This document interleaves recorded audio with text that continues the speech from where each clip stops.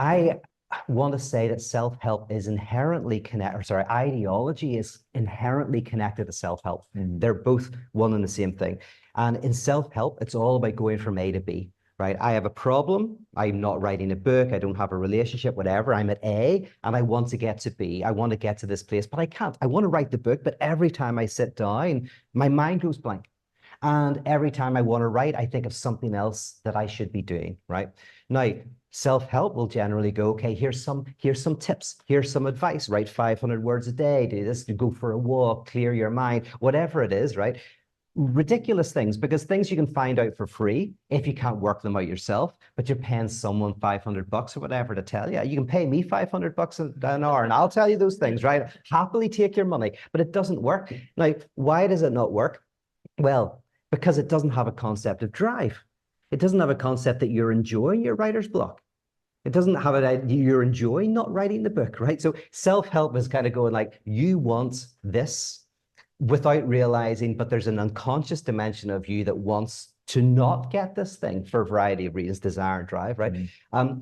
What is the opposite of this? Again, I want to come back to a very religious term, grace, right? What is grace? Grace is the idea of not moving from A to B, right? So it's fundamentally anti-self-help, anti-ideological. It's got no, you don't move anywhere. Grace is you're accepted absolutely in your shitness, right? And Paul Tillich says it's the acceptance that you're accepted. So you can be accepted, but you don't experience it. But when you experience grace, you experience this radical acceptance that you don't have to do anything, that the frenetic pursuit, you don't have to engage in it. So grace is you don't go from A to B, you stay at A and you realize that A does not equal A. What that means is in a place of radical grace, you're able to look at why am I not writing the book? You don't try to write it. You just look at why am I not writing it? And you realize that you have ambivalent feelings. There's things like, oh, I wanted to speak when I was young, but I also didn't feel I could because I would get told off. So I shut my mouth so as not to speak. And so, oh, I'm replaying this in this desire to write the book. I want to write it, but I also want to stay silent. This is an echo of something, right? And so suddenly you start just seeing this stuff. You start putting words to it, symbolizing it. And here's the trick. The trick is by doing that, it weakens the symptomatic dimension of, say, the mind going blank.